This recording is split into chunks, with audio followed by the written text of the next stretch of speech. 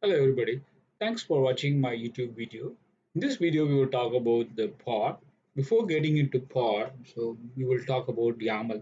YAML, which stands for yet another markup language, is a human readable text-based format for specifying the configuration information.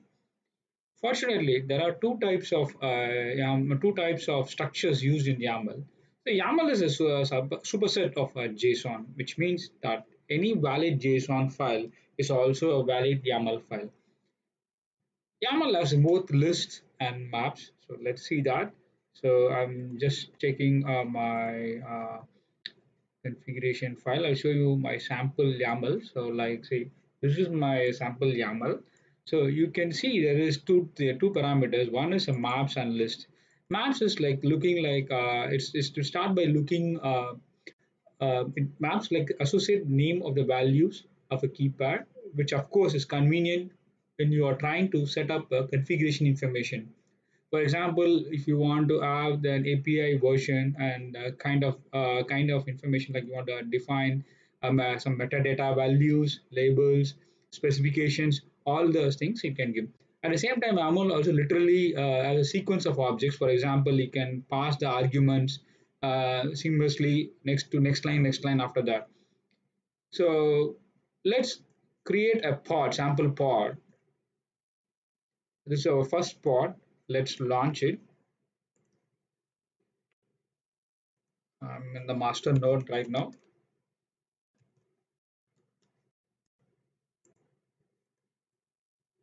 Yeah. So let's get kubectl create -f pod.yaml. Ctl get pods. Yeah, still configuring. -watch.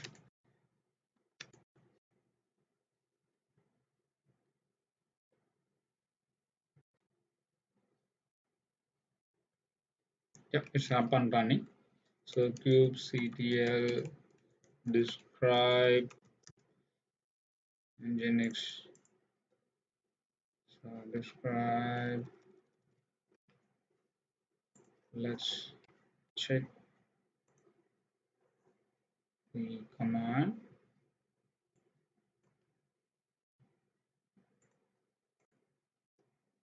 So pod is running. So let's check the pod by which node it is actually running.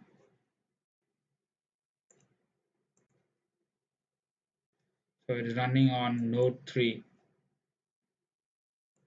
Okay, so now if you want to know the what is the IP address assigned to the pod, so let's see, let's launch and sample pod, and we can find out what is the IP address it is using.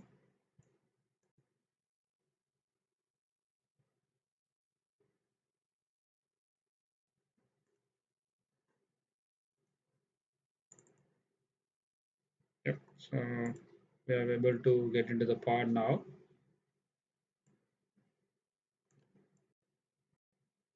Yep.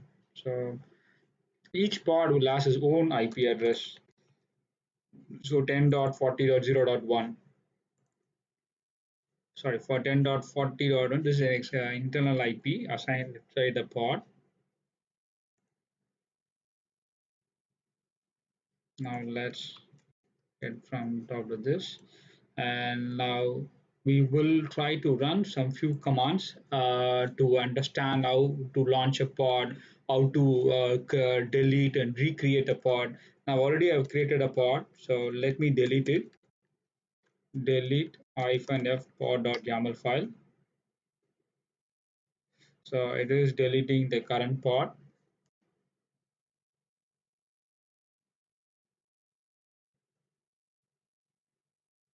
Yep, so it is deleted.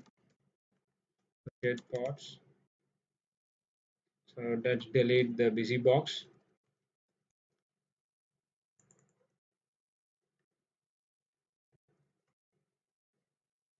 Yeah, deleted. So we don't have any pods at the moment. Now let's start launch a new pod using the image based. which is this image is pulled from the Docker registry. Yep, so get pods. So container is creating. I can watch. So still container is creating. I can why? Yeah, so container is running now. So let's. So this is how you first time when you want to launch a pod from an image, Docker image, you can call this image. And at the same time, let me delete them. Delete deployment, deployment Nginx. So it's deleted. Now let's if I want to create two pods simultaneously, two or three or four pods, you can add hyphen replica.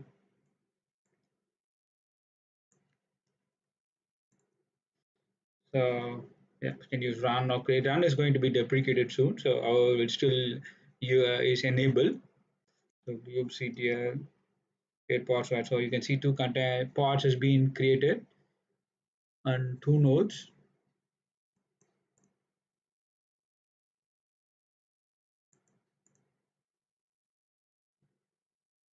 Yeah, so it's still coming up.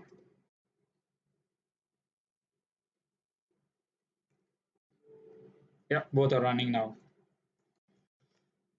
So this is how you try to create for if you want to have a two. If you want to create two pods, you can have two.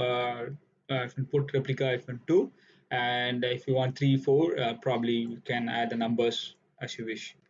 So let's delete this thing. Now next thing we're going to talk about how to add environmental variables when you launch the pod. So for example, in this scenario, I'm just going to add a test environment, and this is for there is normally in the production, right? We just define an environmental variable. So let's try to do it now. So kubectl get pods hyphen just containers creating. Yep. So image is ready running. So let's log in kubectl execute icon it the container then bash echo so env sorry not echo env so we have to use echo dollar test now export will tell you so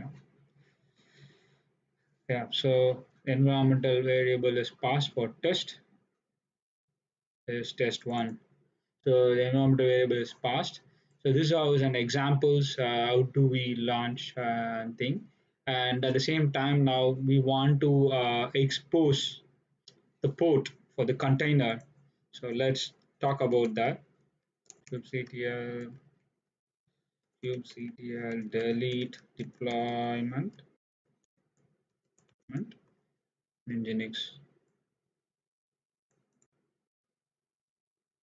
So get pods. So the pod is getting terminated. Yeah, terminated.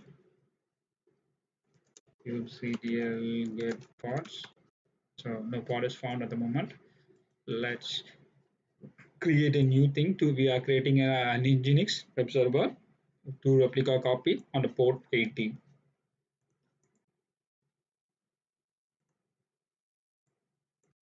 So get pod of no white. So containers are creating running now. Yeah. So containers are ready now. Let's expose them. So I'm running it as a test in Nginx. So let me expose it. Now let's check the Nginx. Yeah, so you can see this is the endpoint, which is a pod IP address, and this is the expose IP. So you can see images are coming up. You can see the web server is reachable successfully. So this is how we normally try to do when we create a pod. And now, if you want to create two containers simultaneously inside a pod, single pod, you can do that as well. This is a sample YAML file, which I will show you now. Now let's delete this stuff. kubectl delete deployment test nginx. Yeah, so deleted. So now let's create two pod YAML. So why we use YAML is you can see here it's an API. What version is this? Metadata, which is basically takes name when we launch. Now we normally specify the name when we launch the pod. So we use kubectl create image. So this traditional method has been reduced. So using the YAML file, so you can specify it every parameter which image you want to run, how to expose this port.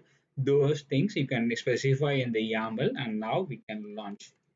So kubectl create -f to pod YAML. So what it does is basically it will try to launch two containers, one for Nginx and other is for the Alpine Linux. So kubectl get pods. So we have two containers, kubectl execute -it two containers bash.